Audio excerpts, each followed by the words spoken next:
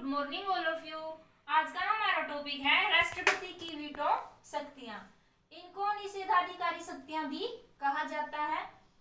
अनुच्छेद 111 में विधेयक पर अनुमति संबंधी प्रावधान है कि राष्ट्रपति के पास जब भी कोई विधेयक जाता है तो आर्टिकल 111 के अनुसार राष्ट्रपति उस विधेयक पर अपनी अनुमति दे सकता है, अनुमति को रोक सकता है या सुझाव के साथ उसको वापस सदन में भेज सकता है।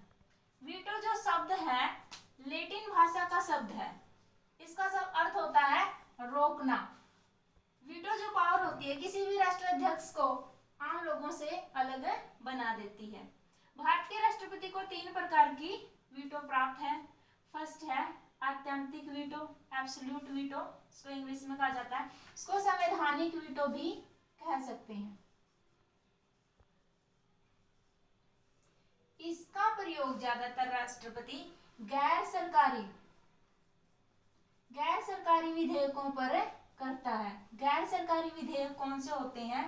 जो विधेयक मंत्रिमंडल के सदस्यों के अलावा जो सदस्य होते हैं उनके द्वारा जो विधेयक प्रस्तुत किए जाते हैं उनको गैर सरकारी विधेयक कहा जाता है। मतलब सरकारी विधेयक कौन से होते हैं? जो विधेयक मंत्रिमंडल के सदस्यों के द्वारा प्रस्तुत किए जाते हैं वो सरकारी विधेयक होते हैं, और जो मंत्रिमंडल से अलग सदस्यों द्वारा प्रस्तुत किए जाते हैं उनको क्या कहते हैं? गैर सरकारी विधेयक कहते हैं। सरकारी विधेयक पर भी इसका प्रयोग कर सकता है राष्ट्रपति। कब? जब राष्ट्रपति के पास विधेयक अनुमति के लिए आता है लेकिन राष्ट्रपति की स्वीकृति से पहले ही लोकसभा क्या हो जाती है? भंग हो जाती है, और जो नई लोकसभा होती है, नया मंत्रिमंडल होता है, वो मंत्रिमंडल नहीं चाहता कि वो विधेयक पास हो, और वो मंत्रिमंडल क्या है? राष्ट्रपति को सलाह देता है कि इस विधेयक पर आत्यंतिक वीटो का प्रयोग करे, तभी इस पर इसका प्रयोग किया जाता है।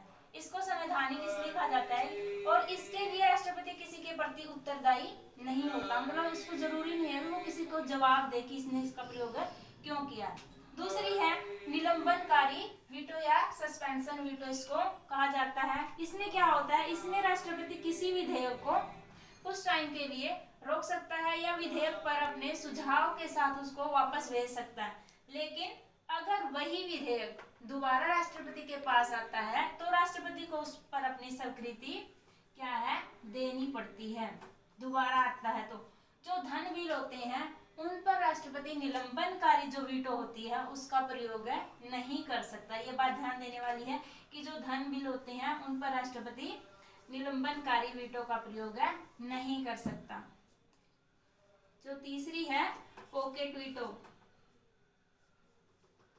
पॉकेट या इसको जेबी वीटो भी कहा जाता है।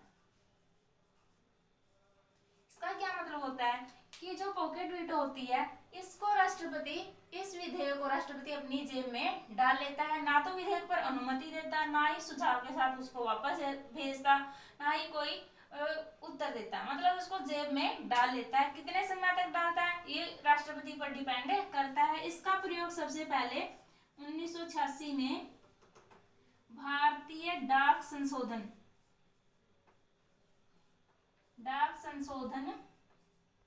विधेयक पर किया था।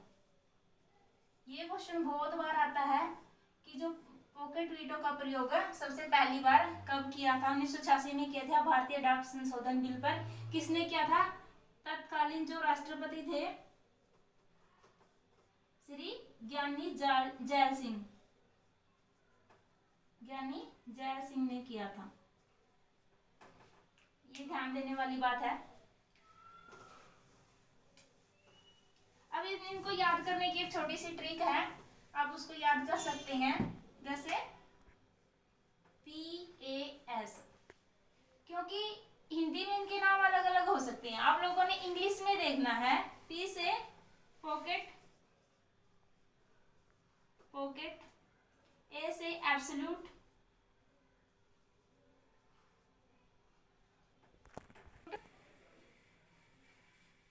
और ऐसे सस्पेंशन। मतलब इनको याद कर सकते हैं कि कौन कौन सी राष्ट्रपति के पास वीटो है। इंग्लिश में तो होता ही है हर एक एग्जाम में, तो इनको हम देख सकते हैं कि पॉकेट वीटो, एब्सोल्यूट और सस्पेंशन वीटो, 3 प्रकार के हैं ये। पास इसको बोलते हैं, मतलब इनको अगर हम याद रखेंगे तो पास ही हो जाएंगे। आई होप आप लोगों को वीडियो पसंद आया होगा। अगर वीडियो पसंद आए तो वीडियो को लाइक करें, शेयर करें और चैनल को सब्सक्राइब करें। मिलते हैं कल एक नए वीडियो के साथ। धन्यवाद।